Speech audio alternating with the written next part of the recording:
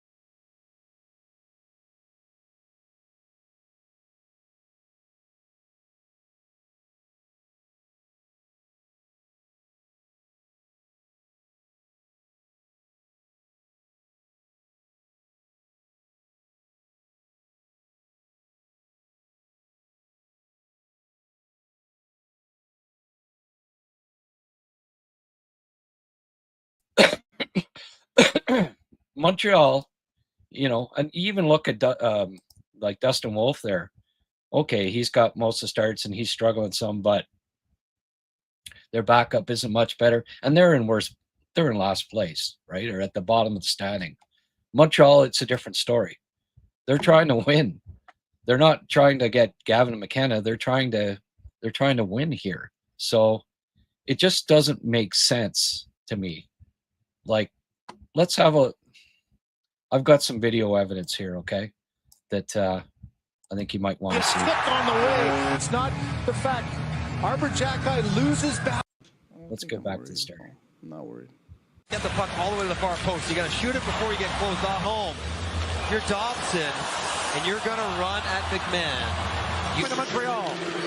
McMahon works and shoots, scores. No, I don't think I'm worried. No, I'm not worried.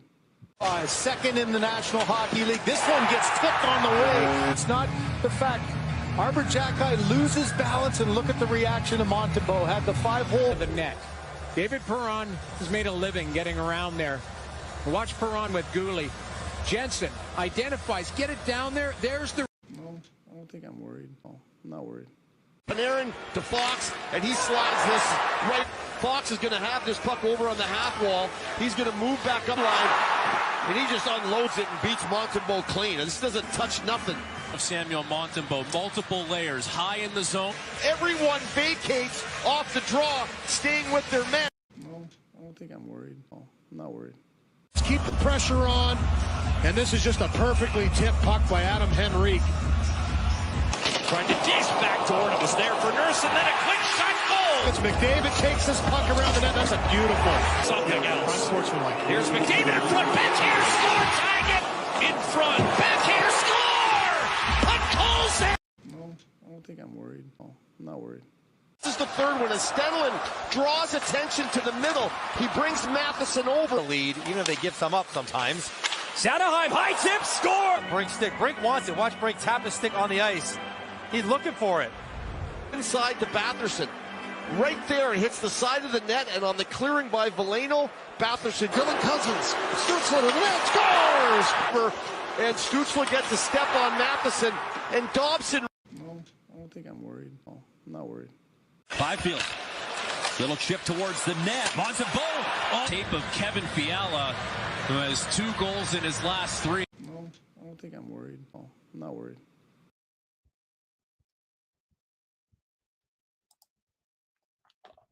He's not worried. Well, that makes one of us, Marty. Yeah, I know you can't blame Monty for every one of those goals. There were a couple tips here, a couple of, like the Edmonton ones. You don't blame him for all those, but the fact of the matter is he has not come up with big saves this year at all. He's for a team that, with the other goalie in net, can't lose, or they've lost once in overtime. It's the opposite with Monty. He's clearly struggling right now. I mean, there's no two ways about it. But Marty is trying to deflect, right? He's saying like, hey, right? Nothing to see here. Please disperse. Nothing to see here. Please. That's basically what's happening. Marty's well, he can't. When you ask, are you worried? Typically, the coach isn't going to throw you. You're not going to throw Monty under the bus. I get it, but at the same time, he's not fooling anybody, right? He's worried, but apparently not as worried as we are, because he keeps playing Monty more than Dobes. I didn't like that he said last week that Monty's his starter. He shouldn't be saying that at all. Like, that doesn't help Dobes. Like, how does Dobes feel here? All right. He hears that. Then he plays, and he finally has his first. He finally has his first mediocre game, and they lose in overtime. He's very emotional about it. And, they joke, they laugh about it. And then they give Monty the next 2 starts, right? So all this is accomplishing right now at this point is maybe screwing up 2 goalies, let alone 1. Like, when a goalie's really struggling, you don't keep throwing him back in there. You give him time, keep working on his game, be patient with him. The other guy's rolling. Well, let him play. Now, I wouldn't be surprised if Dobes comes back in and now he has some struggles for a few games. Then what? All of a sudden, that really tight, it's really tight at the top of the standings. Montreal's in first, but one bad week, and they're going to be 5th. So I don't know. I have a weird feeling that Dobes now is going to have some struggles. And then if Monty still keeps playing like he is, 861 save percentage, right? I mean, that's horrid. Like, he's right. He's got the 4th worst save percentage in the NHL. His goals above expected, 2nd worst. Like, it's not just one thing or the other. It's just, he's bad right now. Yes, the last 2 years before this, Monty, okay, he was 3rd in saves above expected last year in the NHL. He played well. Good. Year before, I think he was 10th. So he's overperformed, right? But there's been lots of goalies in the past. Like I can bring up examples. Remember Bob Asenza? He had one really good year in Winnipeg. Stats were great. He was one of the best save percentage in the league. Within 2 years, he's a backup goalie again, right? Andrew Raycroft, good example. Jim Carey, Washington. Like there's lots of examples of guys that have really good year, but they never duplicate that, right? And I mean, up until last year, Montembeault had never, like in junior, no one ever, when we were scouting him, it's like, oh, maybe he becomes an NHL goalie, maybe third round pick. There was nothing special about him. His save percentage in junior was below 900. He goes to minors. He kind of goes back and forth with Florida. They put him on waivers. In the minors, his save percentage was 898.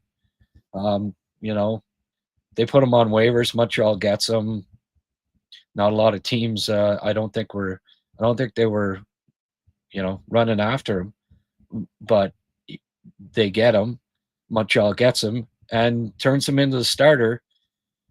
And even when he's struggling, and even though the pedigree isn't there, like there's no reason to believe that this guy's going to be an elite NHL starter. Yeah, he had one very good year last year, but it wasn't all year either. There were struggles. He had struggles at the start of the year, turned it around later, and he gets credit for that. Was even the third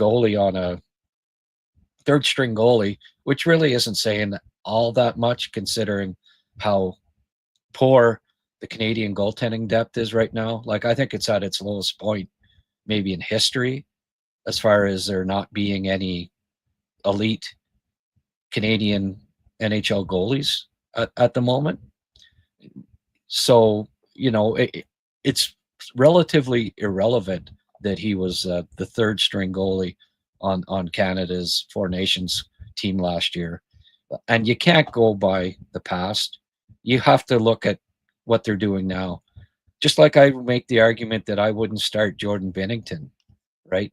Yes, he won last year for Canada, but the way he's playing right now, it should be Thompson that's the starting goalie for Canada. So it's just, it's very frustrating that get this feeling that Marty, no matter what, is going to he's going to have Monty as a starter this year, and it's sink or swim with Monty.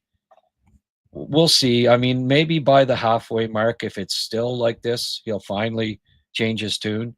He has a tendency to be overly patient sometimes, just like, Matheson on the power play last year when it clearly wasn't working.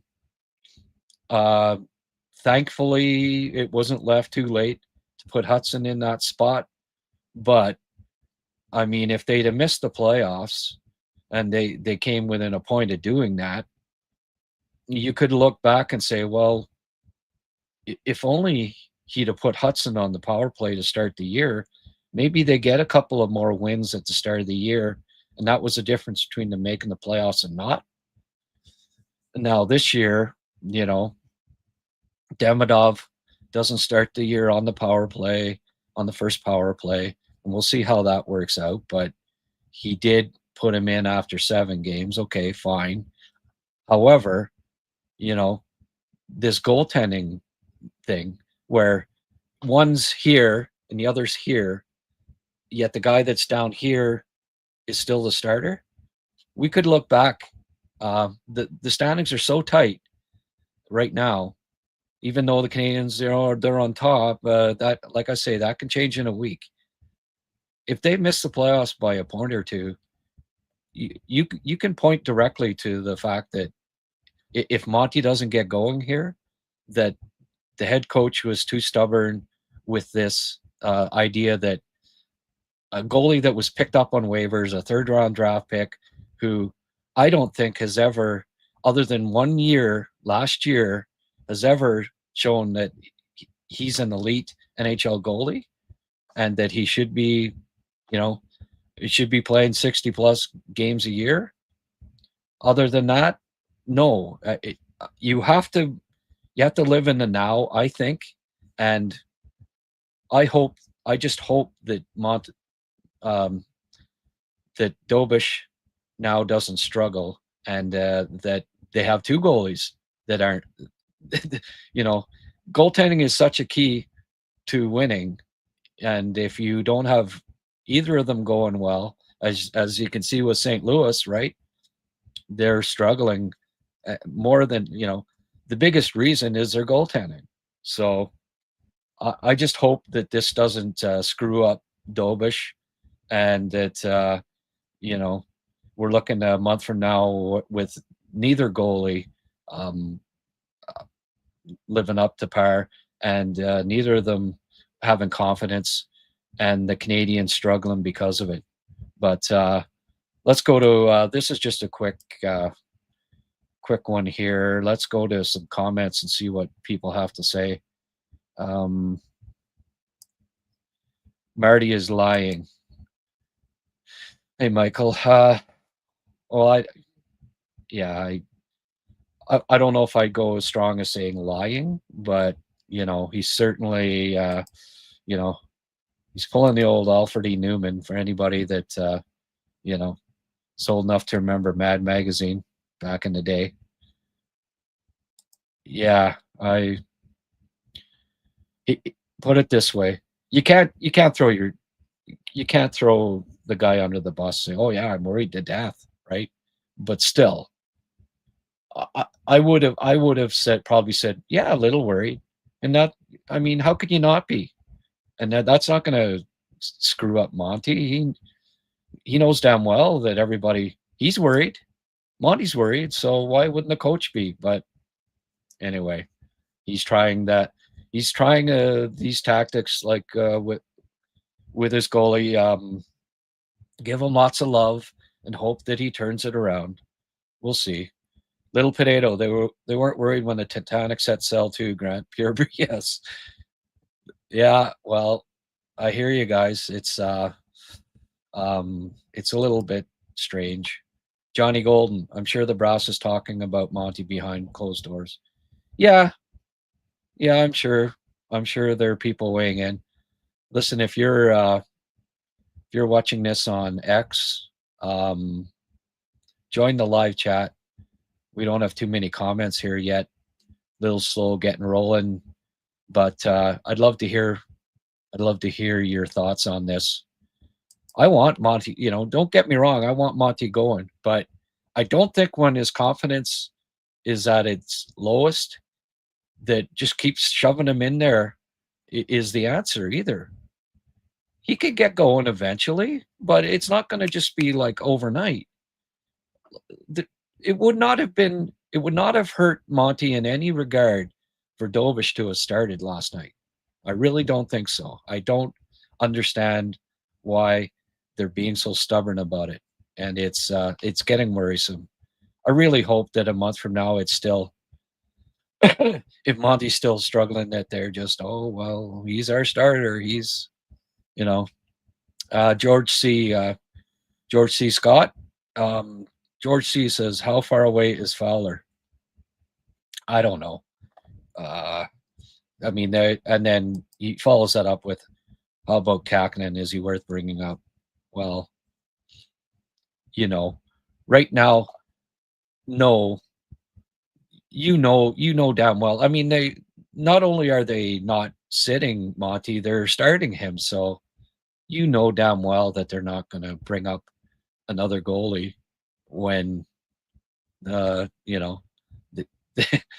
when they're still starting Monty, what, 3 of the last 4.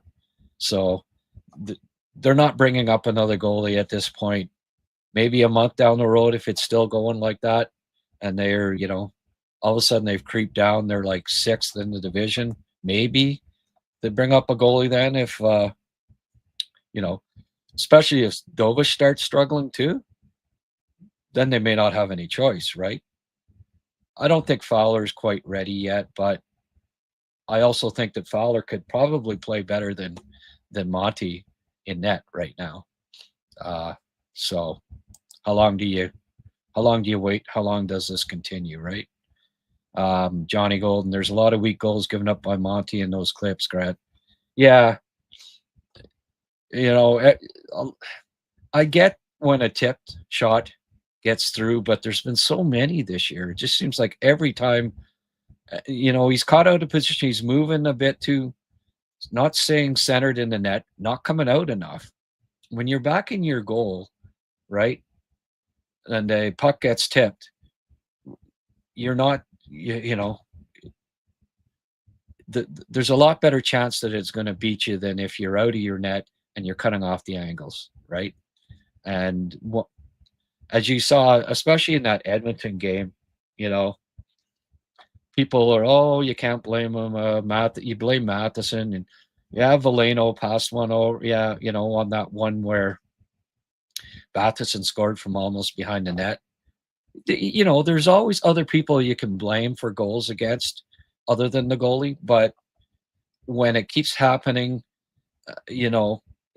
and when he's back in his net, like against Edmonton, 2 or 3 of those goals, he was almost like inside his net, right? And they put him over him. If he'd have been out cutting off the angles, they don't go over his shoulder. A couple of those goals, or maybe 3. So, I've heard from other sources in the league that Montreal's goaltending coaches aren't necessarily highly regarded. Now, I don't know. I personally don't know enough about goaltending, and I don't know the Montreal's goaltending coaches that well, or personally, or whatever the case may be. I don't know if he worked with Dobes in the summer. Dobes does seem better, but he does go back to St. Louis typically, and he's got his own goaltending coaches there that have worked with him in the summers. So I don't know how much input the Canadians' goaltending coaches had on him, but that is something I have heard from other sources in the league, that that the Montreal's goaltending coaches are not necessarily held in high esteem in NHL circles. Take what you want, take that for what it's worth. I don't know. I can't back that up, and I'm not going to, I'm not going to rail on the goaltending coaches because I don't know, but and I don't know how much input they have into deciding who the starter will be too. Like, does Marty confer with the goaltending coaches and say, is he doing all? You're looking at the video. Is Monty doing okay? Even though like the numbers say differently, should we be starting him? And the goaltending coach is saying yes or no. I don't know all that, but you do start to wonder who all's involved in the decision making, why they're making these decisions right now, because the numbers tell you differently, that Monty should not have got 75% of the starts in the last four games. George C., how about Kakinen? Yeah, we'll see, but Jake Moore, thanks for weighing in, Jake. Forcing anything in life usually turns out poorly. Well, I mean, what do you do when a player is struggling, right?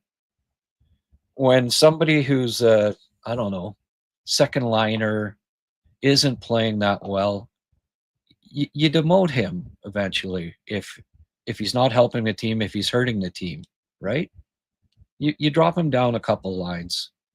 So why would it be different for a goalie who's had one good NHL season, another decent one, but one really, good NHL season, one good season in the last 8, really, where you could say, okay, this guy's the real deal.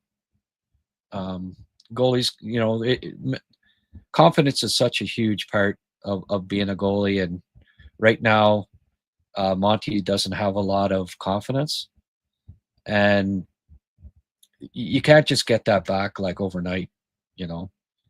Monty got destroyed in preseason too. Yeah, well, I showed highlights there at the start, and they included the 7-2 loss against Toronto, where, yeah, he was not very good. Little potato, it's not fair. It's not fair to the rest of the team. Well, Monty's a nice guy. I'm sure that he's well liked in the dressing room, all that stuff, right? And they want him. It's not just Marty that wants him to be better and to succeed. The players do too. I'm sure they feel bad for him, but at the same time, they want to win. And Dobes is well liked too. He's got him and Jack are good buddies, and Dobie's kind of a different cat, right?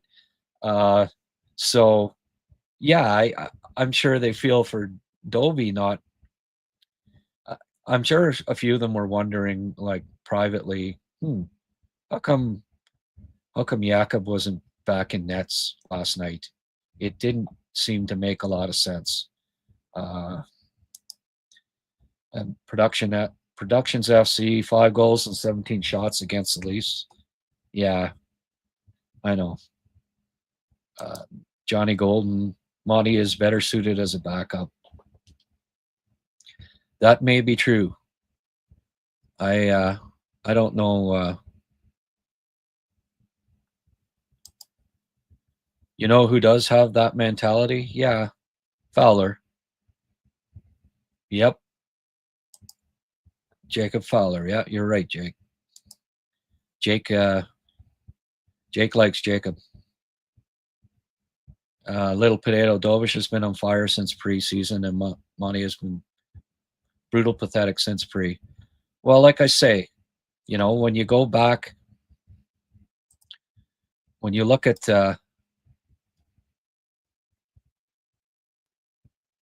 let's just hide this. Like Dobes, right? Look at all these other guys. 11, 12, 11, 13, 12, 11, 9, 9, and then Dobes, 7. 7 games. He's basically on par with Swayman, Seelovs, and Greaves as far as goals saved above expected. And he's played, they've all getting starter roles, and he's not. He's back up. And you look at this, right? Among the goalies with crappy goals above expected, yes, Binnington, Ullmark, and Stolars have all played a lot of games. But why? Because Hofer, Marilainen, right, and Primo are also in the top 13 with worst goaltenders to start the year. So, it's in their circumstances, it's because the backup hasn't been any better.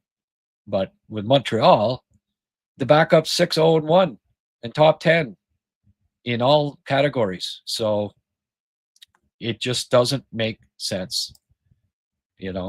Let's be fair. It's a meritocracy, as Eric said yesterday when during our live lunch, it was discovered that Dobie wouldn't be playing. If it's a meritocracy for everybody else, it should be for the goalies too. And anyway, Marty would make a great Democrat. Perfect. Yeah. Okay. Whatever, little potato.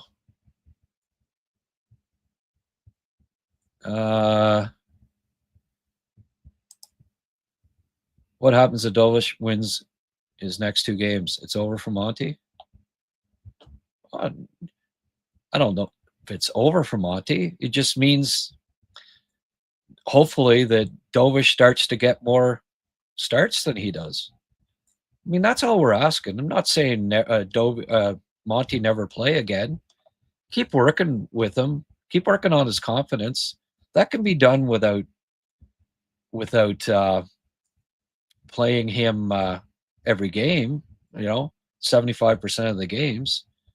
When a goalie's struggling, you just keep throwing him out. It's like, it's almost like I don't know, not pulling Patrick Roy the night that he let in 9 goals against Detroit. Like, you pull the, you take him out earlier. See how did that turn out, right? Ended up losing him. Is it time for a goalie call up from Laval, even if it's only one game? See, that's the part where I wouldn't. No, it's a little early yet, I think. Yeah, and I mean, you just know it's not happening.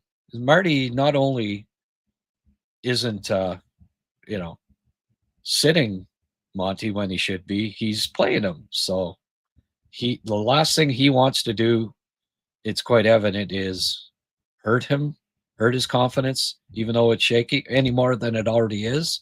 And by calling up a goalie, that's sending the wrong message to Monty at this point. But yeah, down the road, if it keeps up, that's what they'll have to do eventually. But don't forget the rigmarole, right? And the press would go crazy, and it'd be a big distraction if it were to happen now. Give it another month. I mean, there's still lots of media members that are, defending Monty to the hilt, right? So I don't think that would be the right move from a couple of different standpoints at this point. But certainly, if it keeps on, yes. Other than Monty struggling, I think the organization has to seriously think to bring someone more dedicated defensively than Veleno. Yeah. Well, I've been saying that. Veleno, and looking at those highlights, there's 3 or 4 where not only does he not have a point in 11 games, but he's, his defense, he's been caught napping a few times. There was 3 goals there where he was definitely a big part of it. So I want Davidson called up for a look. He's earned it. Pierre Gaston Gingras, as Eric would say, your Gaston's cousin, twice removed. Dobes needs to take the net and shut the door for a few games. Let's go, Dobie. Yeah. Gallagher. Don't worry, Gally. You'll start crashing the net again. I cited some stats yesterday in our Irish intermission. I think we might be doing that again tomorrow. By the way, Liam's flight to Rankin Inlet was postponed till Friday, so we might do another Irish intermission with McGuire and McCagg next game. The numbers were crazy. We had over 1,000 in the second intermission in 15 minutes that tuned in, either on Facebook or either on X or on YouTube. So that's just crazy. So I think we'll probably try doing that again tomorrow night. Come on during the intermissions. I'll see if the young lad is gaming down here. Maybe I can't do it, but I hope I can do it. Should Hughes deviate from his plan and acquire a center, considering the fact that captain isn't at 100%, needs to rest a bit, not entering the playoffs injured if they make it to the playoffs?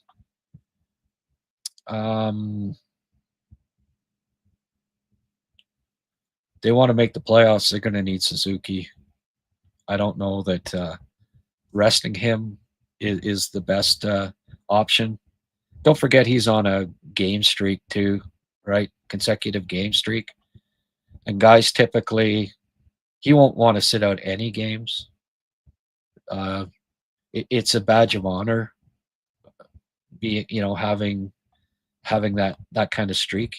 And even if it would make sense to do it, typically when a guy's never missed game for, several years. You don't sit him out unless he legitimately can't go.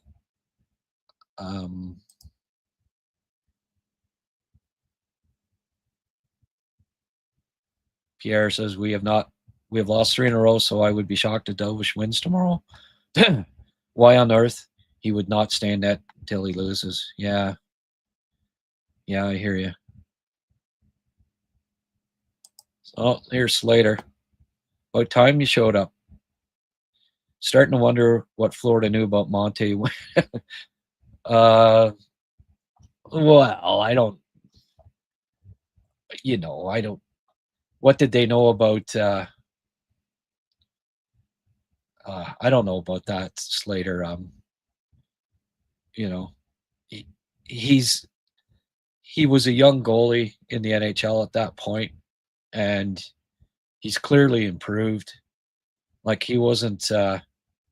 He's a lot better goalie. He was a lot better goalie last year than he was when he was on waivers with Florida. I mean, you could say like, what did Florida know about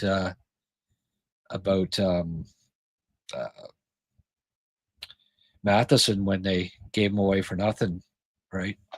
Well, apparently they didn't know enough. Or like Carolina, why did they put Forsling on waivers? What did they know that no one else knew when they put Forsling on waivers? Players can get better, right? Marty St. was on waivers at one point, don't forget. Struvel's body language on the third goal said a lot. Seems like the players are getting pissed off. Well, that one, you couldn't help but be a little upset about it. Bruins are nipping at our heels. We can win the division. Something has to change. Yeah, well, okay. Slow down. It's 15 games in. Nipping at our heels with 67 games to go. 66. Won't be Boston and Montreal at the top of the standings alone, I don't think, at the end of the year. Gagne, I'm really curious, Grant, about your thoughts on Gallagher. I really don't like his game. He, as I was saying, I guess I got sidetracked. Gally is streaky. 2 years ago, he had 24 games without a goal. Then he had 3 and 5. Last year, he went a dozen games without a goal. Then he had 5 and 7. We see this from Gallagher through the years. If you go back and game logs through every year, pretty much, he has pockets of games where he doesn't score, and then he gets one, and then look out.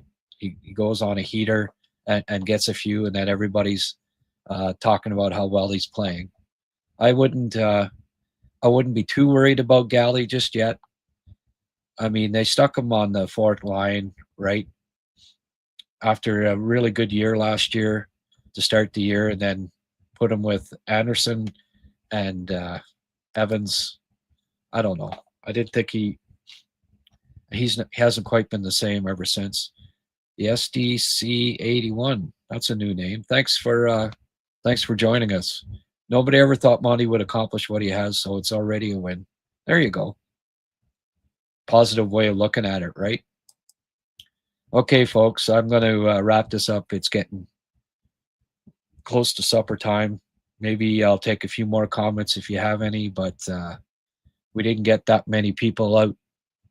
I guess 5 o'clock was a little early for people. Slater, last week I said we'd be lucky if we got 5 or 4. 5 points, much I'll have to, no. Hey, they're due for a bit of a letdown. I just wish, it wouldn't have been made so easy by having Monty in nets, right? Like that, that didn't help. I don't think it helped matters. I'm just going to go see here. You got any more questions? I will. I don't see the link on YouTube here. All right. I saw something today. Daniel Lorette, would you trade Slav for Thompson? Where did that come from anyways? I saw something on Twitter, or there was something, I think it was in French, and all of a sudden it said, like, you know,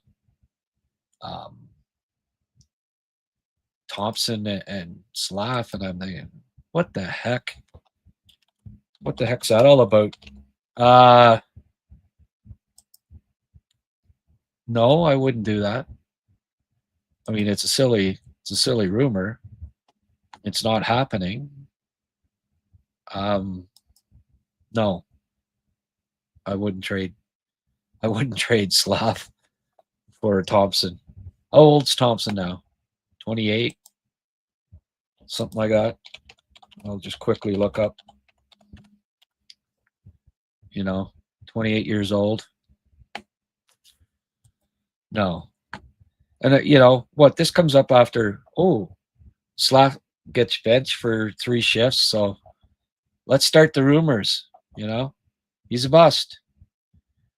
We can be so reactionary, have fans, have media too. Rodney Redcliffe, how good do you think Landon Dupont can be? Well, last year I was higher on him. He hasn't been that crazy good this year. Could be one of those examples of a guy that was fantastic at 15, 16 and doesn't, and then slows down a little bit.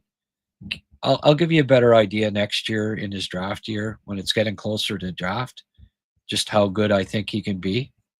Obviously, he's not the biggest defenseman in the world. I don't know how great he is defensively at this point, and his point production is not, it's not as impressive as it was last year's so far. So it's a good question.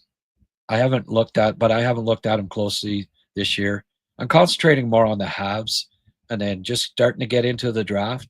But don't forget, this is a guy that's not even eligible to next year. So there just aren't enough hours in the day for me to be covering the Habs, doing 2 hot podcasts a day, covering all their prospects, looking at draft eligible guys and looking at underage draft eligible guys. It's just not, conducive to having a life. So I can't truly answer that based on how little I have really concentrated on him. Underage guys, I typically don't look at guys closely until it's their draft year, because I just, I have 500 other guys I have to look at that are eligible for the draft, right? Sorry, I can't answer that a little more clearly at this time. He obviously is a dynamic prospect, though. Yeah.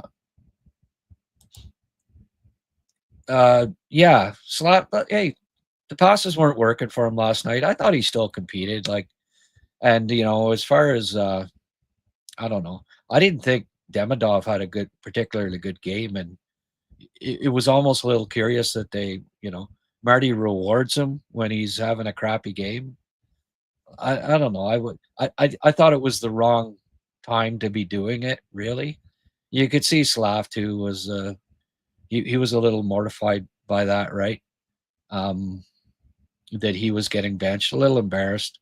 Funny, Marty doesn't mind embarrassing or teeing off Slav, but Montembeault, you don't dare upset the apple cart when it comes to Sammy. Just seem, I don't know.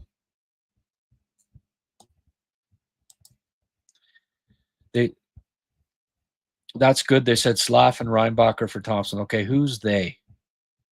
And that's ridiculous. Slav and Reinbacher for Thompson.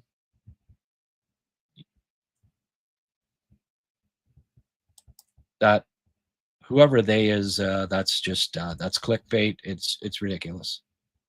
No, absolutely not. Are you kidding? I wouldn't trade Slav for Thompson 1-1. I don't think I'd trade Reinbacher for Thompson 1-1. Freaking maybe, but that's it. Many are. Oh, there's Zeph. G'day, lads. If you guys are coming in late, Drum Dude, good to see you on board here. Many are calling to trade Montembeault right now. They think Dobes is a Vezina winner already. Yeah, well, no, I get that, you know. Slow down on Dobes here. I get that, but also I think most people would just like to see him not playing 1 out of every 4 games right now, considering he's here and the other guy's here. It just doesn't make sense. And do you think we will see Fowler or Reinbacher get a call up this season? Oh, there's no rush on that. You know? Do you think you'll see? Yeah. I don't know. I think just let them cook down there, let them develop. Depending on injuries too, right? I mean, if Monty or Dobes gets hurt, then you might see Fowler. If one of the right defensemen get hurt and Reinbacher develops as we hope this year, then we'll see Reinbacher. But maybe up, towards the end of the year, if Reinbacher develops as they hope, he'll get called up. I think he might be the kind of guy that you want at playoff time in the lineup, right? Zeph's had one too many. Hey, started early today, did you, buddy? Don't worry about it. Happens.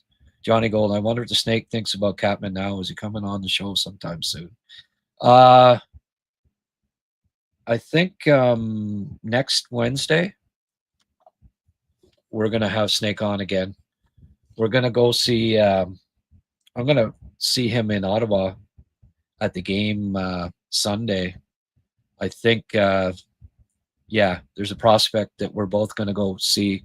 So I'll see him at the 67s game, and then the plan is for him to come on, I believe, next Wednesday. So I'll be looking forward to that. Hey, Snake has a lot of early opinions on a lot of guys, and I mean, he's entitled to do that. It looks like he's,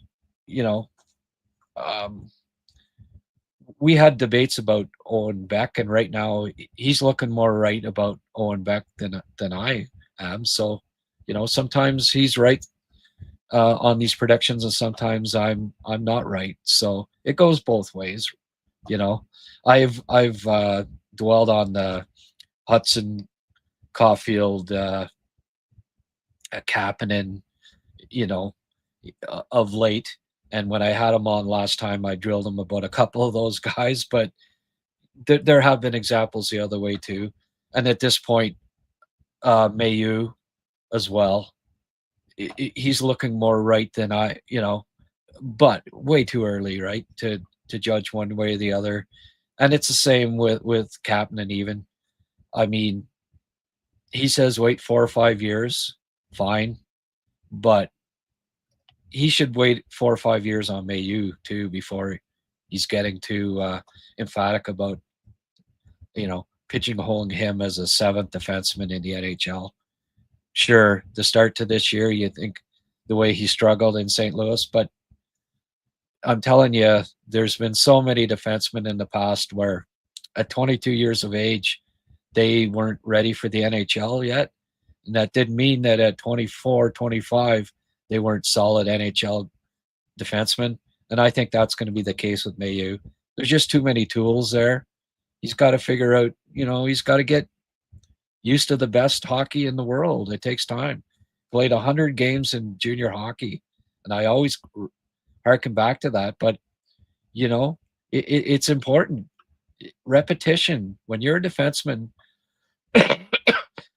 when you got Josh Anderson's coming down on it at 30 kilometers an hour, 235 pounds, that's a lot different than a 16-year-old in junior hockey, that's 150 pounds coming down on you. That's half the speed, at half the speed. So it takes time, right? And maybe Kapanen slows down. Maybe he doesn't. The fourth line, Snake's contention still that he's only going to be a fourth liner. I think, it's safe to say that he's got higher potential than that, and he's showing that. But we'll see. We'll see in 4 or 5 years. Scott Powell, how many missed shots last night? Too many. Too many missed shots.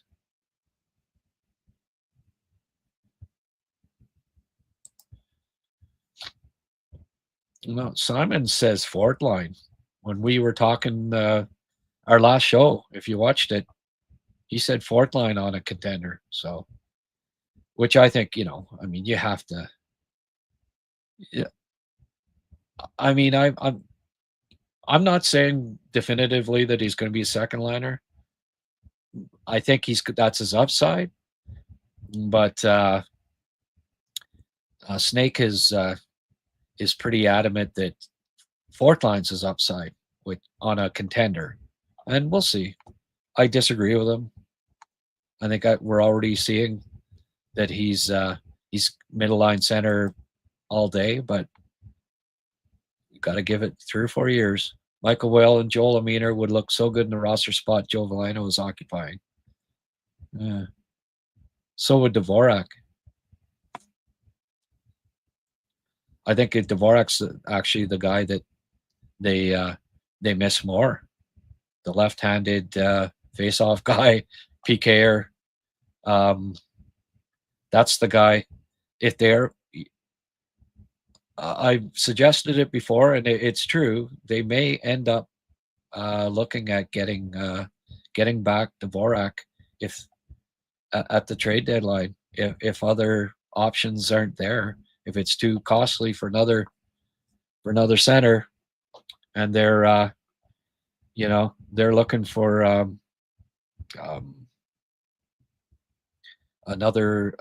left center, and they're in the playoff spot.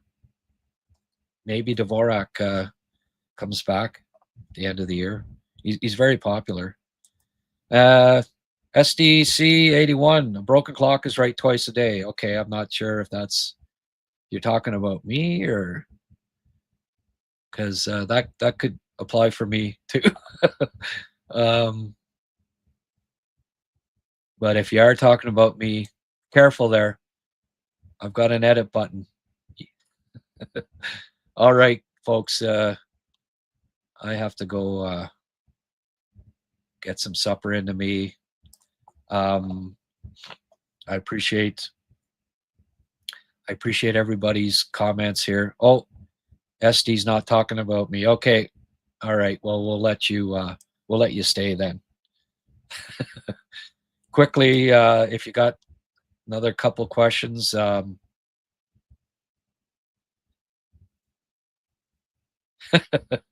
yeah, Zeph, have another one, buddy. I think he's talking about you only. Yeah, that could be. That could be. All right, move on. Nothing to see here. Please disperse. Nothing to see here, please. That's Marty. Not worried about Monty. This is where he got his inspiration from Naked Gun, one of my all-time favorite movies. If you haven't watched the original Naked Gun, you gotta watch it. Ivan Demidov was a turnover machine last night. Yeah. And he got rewarded with it by being stuck up on the...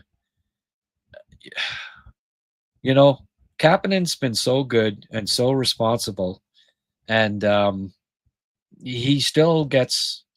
He's the guy that ends up sitting on the end of the bench I was so infuriated. They're down 3-1, and right after a power play, and it happens every time. They stick Evans, Veleno, and Anderson out there. They're down 3-1 right after a power play. The first thing through Marty's head is, oh, Jake and Veleno haven't played for 2 minutes. They got to get out right away. We need a goal. Let's stick out the guys that combined have, 3 on the season? And the guy that's got 6, the rookie center, you sit on the bench. We only need 2 goals. Surely Anderson, Veleno, and Evans will get it for us. I don't understand when they're needing a goal late in the game that he keeps Kapanen on the bench all the time. Like, okay, Demidov was out on the first power play. Newhook was out on the second power play. Fine. If you think that they're tired, at least replace Veleno with Kapanen on that line for a shift. Like, Demidov Kapanen ends up going through a whole another. It's happened multiple times. Right after our power play, Evans has got to get out there because, it wasn't on for 2 minutes. Marty's favorite, right? Jake Evans with his 1 goal when they're down 2 goals late in the game. Okay. But then the Doc line comes out, then the Suzuki line comes out, then the other line comes. It's happened multiple times that Kapanen ends up sitting 6 shifts, and Veleno gets out like twice in the next 5 shifts when they need a goal, and they've got their third or fourth best goal scorer sits on the bench while Veleno, Evans, Anderson get 2 rounds. It's happened multiple times, and it's my other beef with Marty. Hey, tomorrow he'll be perfect like me, right? It's easy from the cheap seats to criticize these guys. I get it. That as somebody said in a post the other day, Marty's the coach, and you're a podcaster. End of story. Marty knows what he's doing. You don't, obviously. Like you can never. I'm never supposed to question. I imagine a podcast and you. It'd be pretty boring podcast if you could never question the coach because he's the coach. He's an NHL coach, and you're just a podcaster, right? Well, gee, it'd be a pretty boring show if, well, I can't criticize the coach because I'm just a podcaster.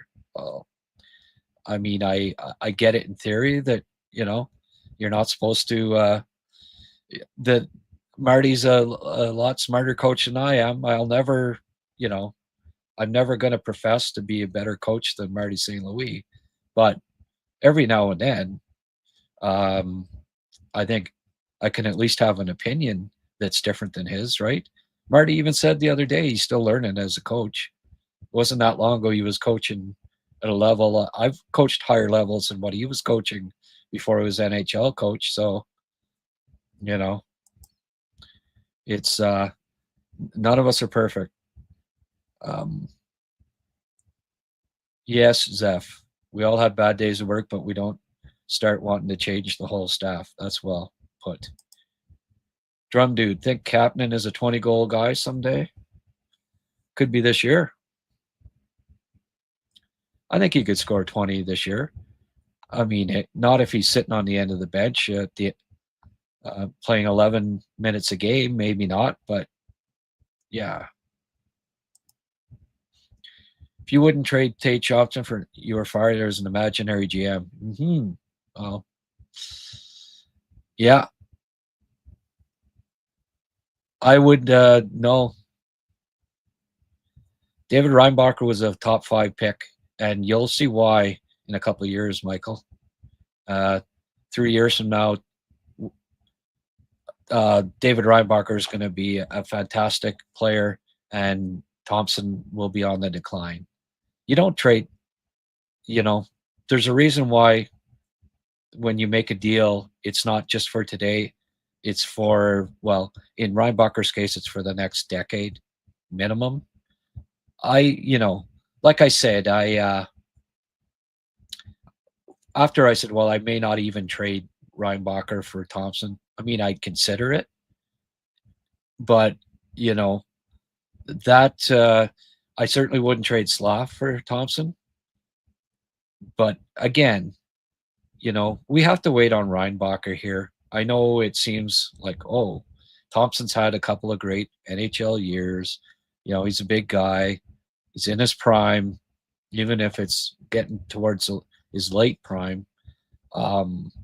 But David Reinbacher is going to be a 23-minute a night top 4, top 3 NHL right defenseman. And that is such a valuable piece. And it'll be for more than a decade. So, this club has intentions on being competitive for the next decade. That's the way it's being set up. And, maybe I'd get fired as an imaginary GM, but who else probably wouldn't make that deal is the real GM. They really like Reinbacher. You can take that to the bank, or they wouldn't have picked him top 5 in the NHL draft. It's big, young European defensemen take time, and we just have to be patient, and we'll see, right? But no, I'm not the only one who would have who would think long and hard about that one, because 2 years from now, the plan is Reinbacher, Dobson,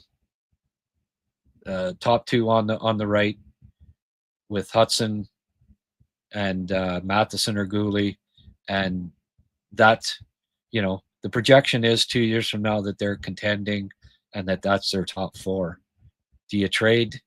If you trade Reinbacher, then who's the guy that replaces him in 2 years? Who's the other top 2 right defenseman for sure? Then you have to go out and get that. Do you think that's cheap? It's not cheap, believe me. So no, it's not crazy saying that you would hesitate to trade Reinbacher for Tage Thompson. At the end of the day, Thompson's the Canadiens at the end of the day would have what? Second line winger? Maybe, like I don't consider Thompson in 2 years that he'll be better than Slav. I don't think he'll be better than Demidov. Not sure he'd be better than Caulfield. So you're going to have a second line winger.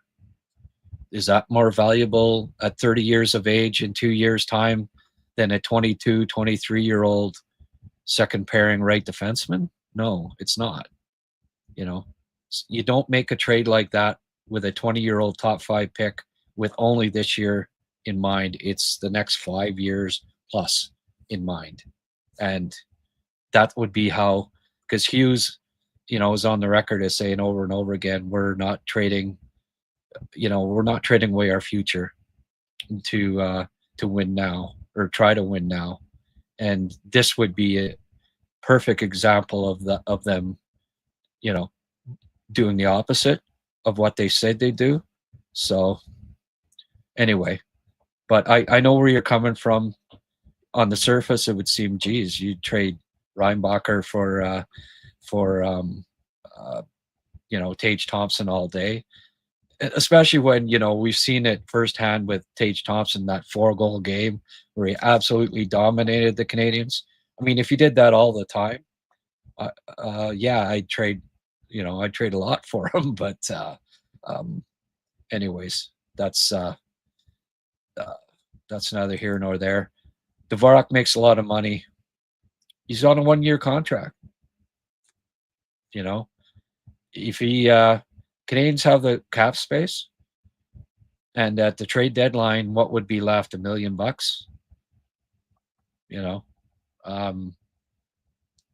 that's irrelevant.